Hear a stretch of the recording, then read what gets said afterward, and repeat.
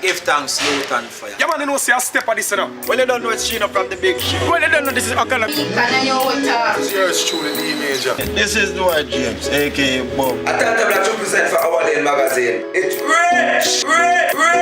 Our lane, stay in your lane. The inflection in your voice and how you say certain things. Well, I guess... Where you get that inflection from? The way you say certain words. Yeah, man. You see poetry, the dub poetry, I am not... People will say I'm not necessarily a dub poet, you know. Because I'm not always a dub and I say, me, man, not, man, nah, you know. A dub pattern, I always I got a dub pattern originally. So you find say, I am a spoken word one, so I chant. Because I can just sit and speak. And that is really an element of a delivery of a sound. I sit here right now holding up vibes under this meditation, under this Lignum Vitae tree. You know, I just give thanks. That kind of Marcus Garvey influence as well. Our speakers, our orators, our ancestors who spoke up for the people to, you know, really rise up the revolution. So you find say it's a mixture. And then I find say as an orator, I'm a one way, from youth days, I'm a speaker. So without even talk poetry, I don't know where rhyme. I just speak with a certain affluence, you see? Yes, that's the next question I asked you. You even, I don't want to sound a little way, but you even make simple things sound big. You know, like I say, Obama come here and when you say it carry a different flavor. Well, like I guess every one of them calling, you know? I see myself as a commentator for the people, a representative for issues. So when I speak, my voice is for a lot of voiceless or down press or unrepresented. You see me? So like I remember in a long time, you were in Portmore, sir. Yeah, man. Your part with Gandhi. Yeah, man. Gandhi and nothing. Tell us the history about them thing. Yeah. The video and them thing. Tell us the history of them style. No. When, as me say, I never come up round a dub poetry setting. I never come up round that kind of calm meditation and Rastafari thing. I come up in the urban hustle bustle, you know, of the urban inner cities through Kingston and Portmore. So my thing was always raw dancehall. So when I go up a dancehall, I deal with my friend them a DJ. You get to me, I say original DJ. So the first show them when I go up on was hardcore stage show where you will get boo. You see it? So me come up with a rah Gregor Park. You see me, I say Newland. You get to me, I say Portmore Entertainment Center. We are travel them place there with Gandhi, enough of them youth there. I win. Yeah. You get me, I try to say, long time with the road, Mr. Wang them kind of energy them musically, but I was always a poet. So I never necessarily fit in or not fit in. We just know say my thing was always different.